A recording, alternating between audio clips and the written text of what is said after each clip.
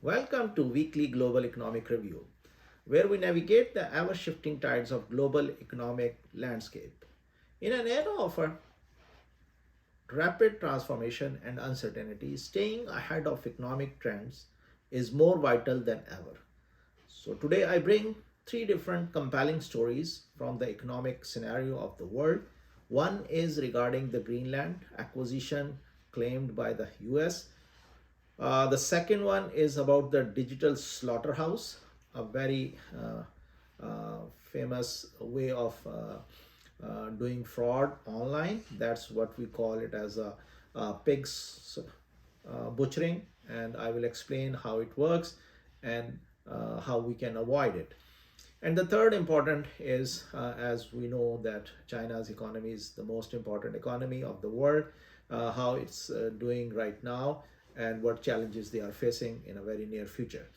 So let's start with the first story, which I named it as Mining Money and Power, the Race to Control Greenland's Resources. And we all know that Greenland, the world's largest non-continental island, is the third largest landmass in North America after US and Canada. The island is rich in highly valuable raw materials, making it a geopolitical focal point.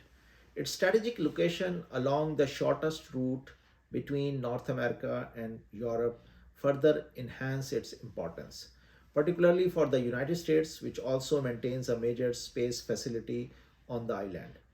Recently, US President, after taking his second term oath, uh, has renewed his interest in acquiring Greenland, expressing confidence that the US will eventually gain control of the autonomous Danish territory. Speaking to reporters, he stated, "I think we are going to have it," and claimed that the island's just 57,000 inhabitants want to be with us.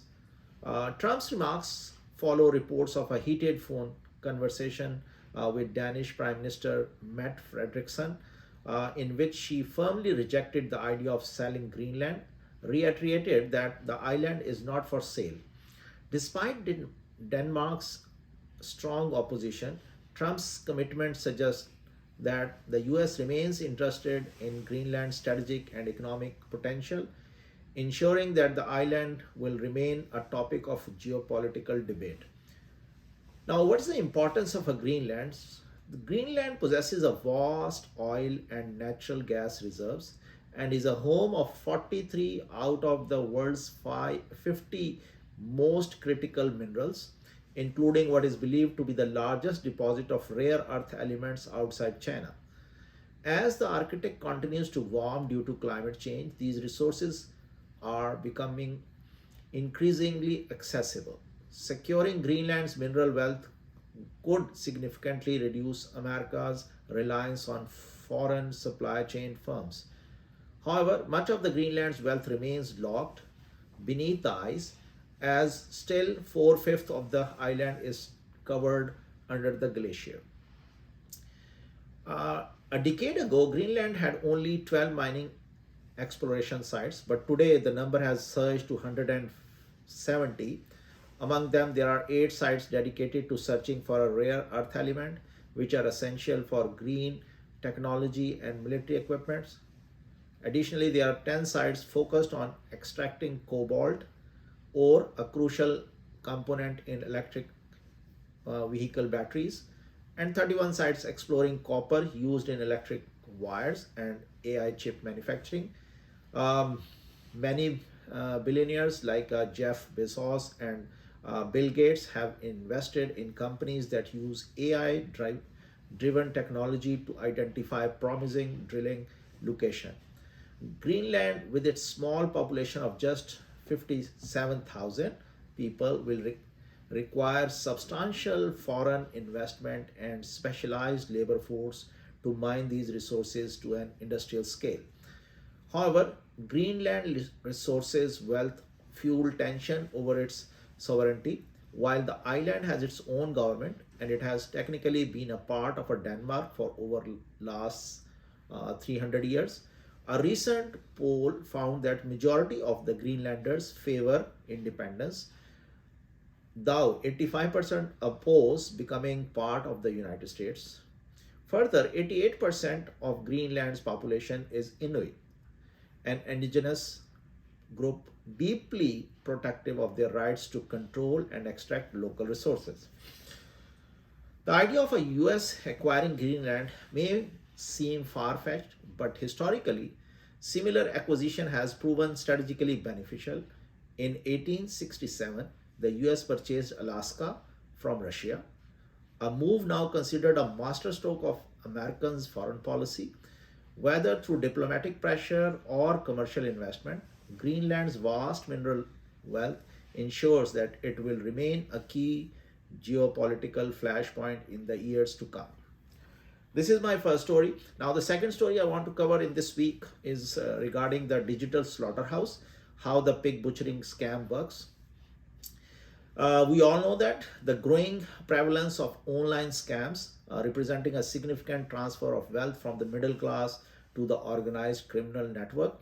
One of the leading prosecutors, Aaron West, spearhead some of the first legal actions against pig butchering scams in the United States, and estimates that the actual amount stolen from Americans annually may be closer to $50 billion.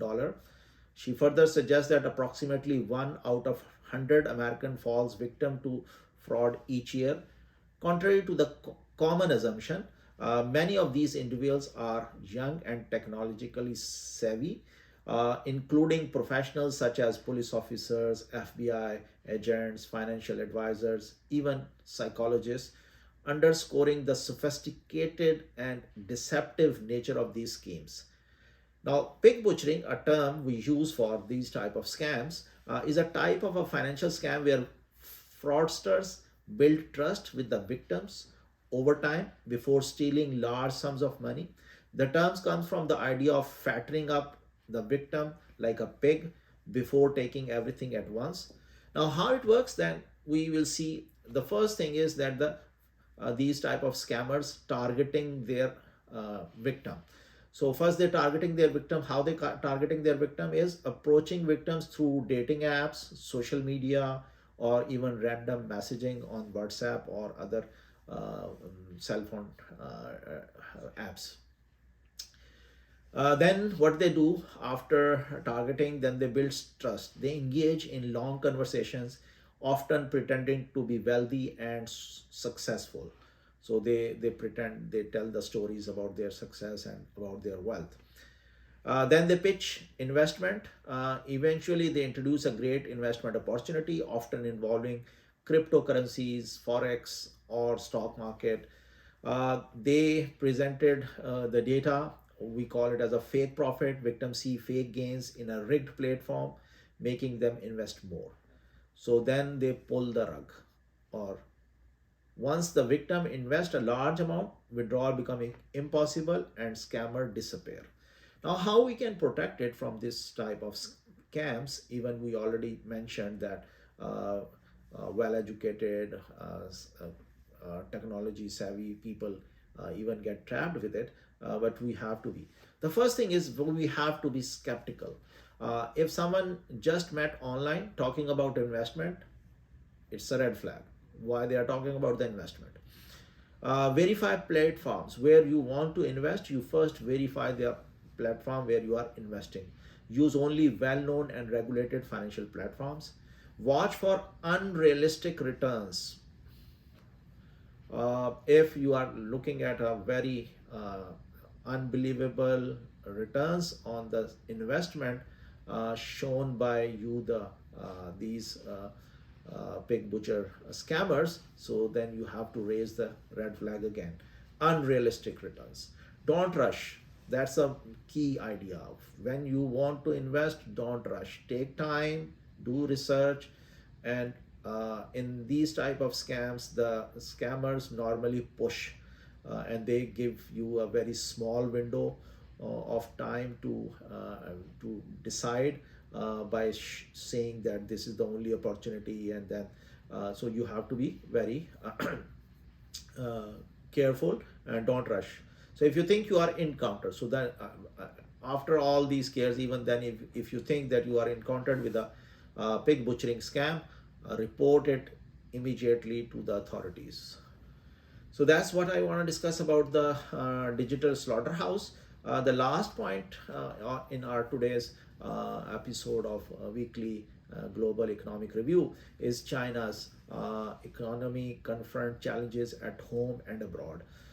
So as we know, this in the end of the last month and the beginning of this month, as China celebrated the Spring Festival from January 28th to February 4th, the United States launched its second trade war against the country, casting a shadow over the holiday festivities. The announcement came while millions of Chinese citizens were enjoying their annual break, a time traditionally marked by family gatherings, travel, and entertainment. Despite the economic turbulence, the holiday box office set a new record with cinemas selling over 23 million tickets per day. The highest grossing film was Nizha 2, a sequel about a young boy battling sea monsters, a fighting metaphor for Chinese economy struggles. With exports now facing fresh obstacles, China is increasingly relying on domestic consumption or on domestic consumer spending to drive economic growth and counteract the deflationary pressure the economy is facing since long. So, increased holiday spending provided a temporary boost with the consumer price rising only just 0.5% in January compared to the previous year of the same month.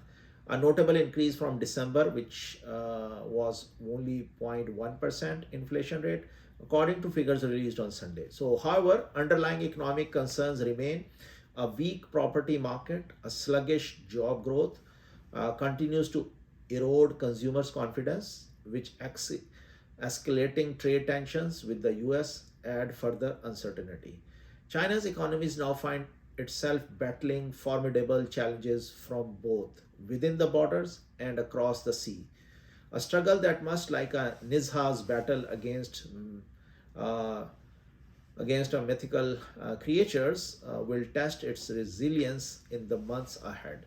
So this is all what I want to share with you this week, the three important developments in the economic front of the world. So thank you very much, and I hope you like it. Please like it and subscribe it and forward it as much as possible to your other groups, WhatsApp groups and all your contacts. Thank you very much.